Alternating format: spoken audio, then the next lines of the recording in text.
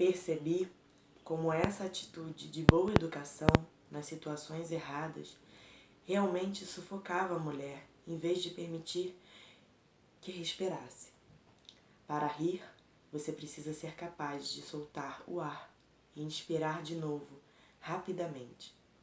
Sabemos, a partir da cinesiologia e de terapias do corpo como a Hakomi, que respirar significa conhecer nossas emoções. Que, quando queremos parar de sentir, interrompemos a respiração, prendendo-a. Balbo, a deusa do ventre.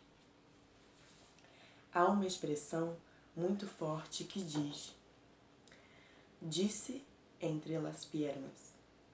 Ela fala do meio das pernas. Essas pequenas histórias do meio das pernas são encontradas em todo o mundo. Uma delas é a história de Balbo, uma deusa da Grécia Antiga, a chamada deusa da obscenidade. Ela tem nomes mais antigos, como por exemplo, Lambe, e aparentemente os gregos a adotaram de culturas muito mais antigas.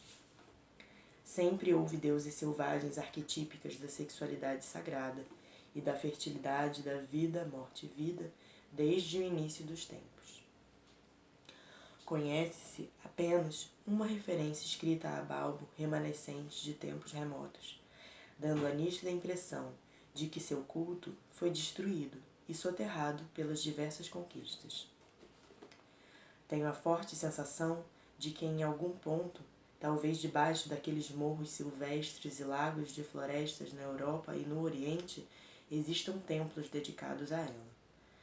Templos lotados de artefatos e ícones de marfim. Portanto, não é por acaso que poucos ouviram falar de Balbo, mas lembrem-se, precisamos apenas de um fragmento para reconstituir o tudo. E temos esse fragmento.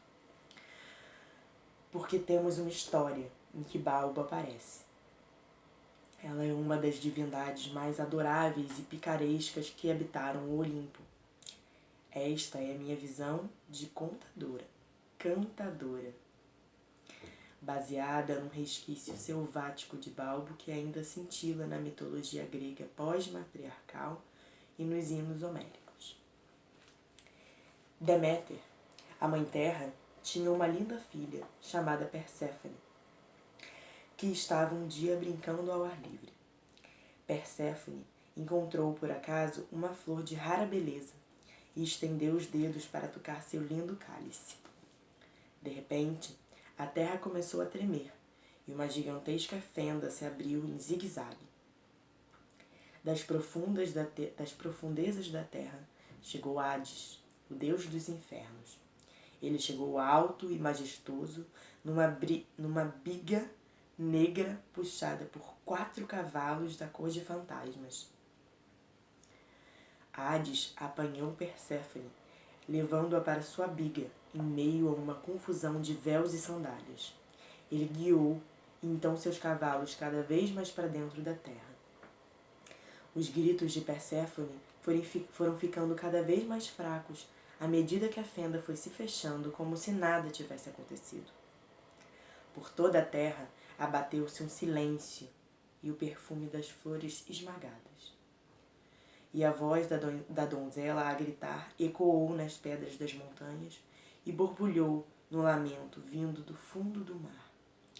Deméter ouviu os gritos das pedras. Ela ouviu também o choro das águas. Arrancou então a grinalda de seus cabelos imortais, deixou cair de cada ombro seus véus escuros e saiu a sobrevoar a terra como uma ave enorme, procurando, chamando por sua filha. Naquela noite, uma velha à frente de uma gruta comentou com suas irmãs que havia ouvido 3 gritos naquele dia. Um, o de uma voz jovem que gritava de pavor.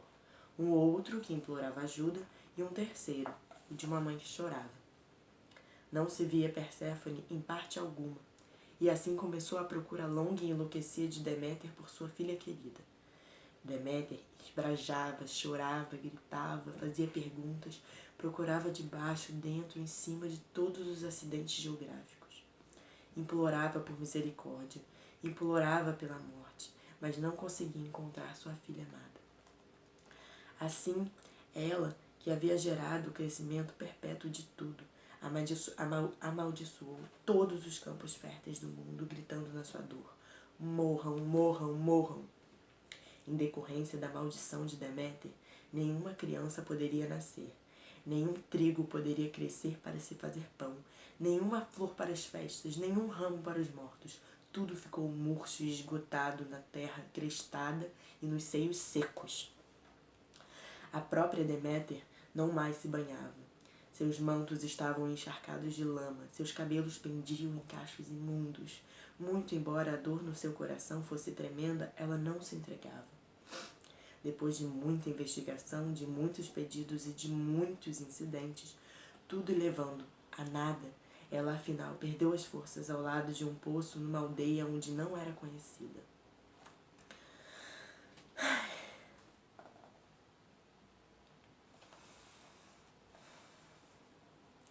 E quando recostou seu corpo dolorido na pedra fresca do poço, chegou por ali uma mulher, ou melhor, uma espécie de mulher.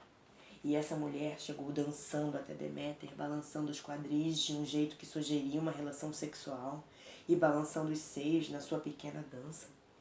E quando Deméter a viu, não pôde deixar de sorrir um pouco. A fêmea que dançava era realmente mágica, pois não tinha nenhum tipo de cabeça. Seus mamilos eram seus olhos e sua vulva era sua boca. Foi com essa boquinha que ela começou a regalar Deméter com algumas piadinhas picantes e engraçadas. Deméter começou a sorrir, depois deu um risinho abafado e em seguida uma boa gargalhada. Juntas, as duas mulheres riram. A pequena deusa do ventre, Balbo, a poderosa deusa da Mãe Terra, Deméter.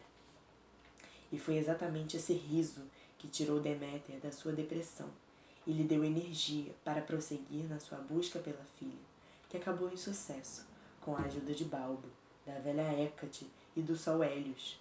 Restituíram Perséfone, a sua mãe. O mundo, a terra e o ventre das mulheres voltaram a vicejar.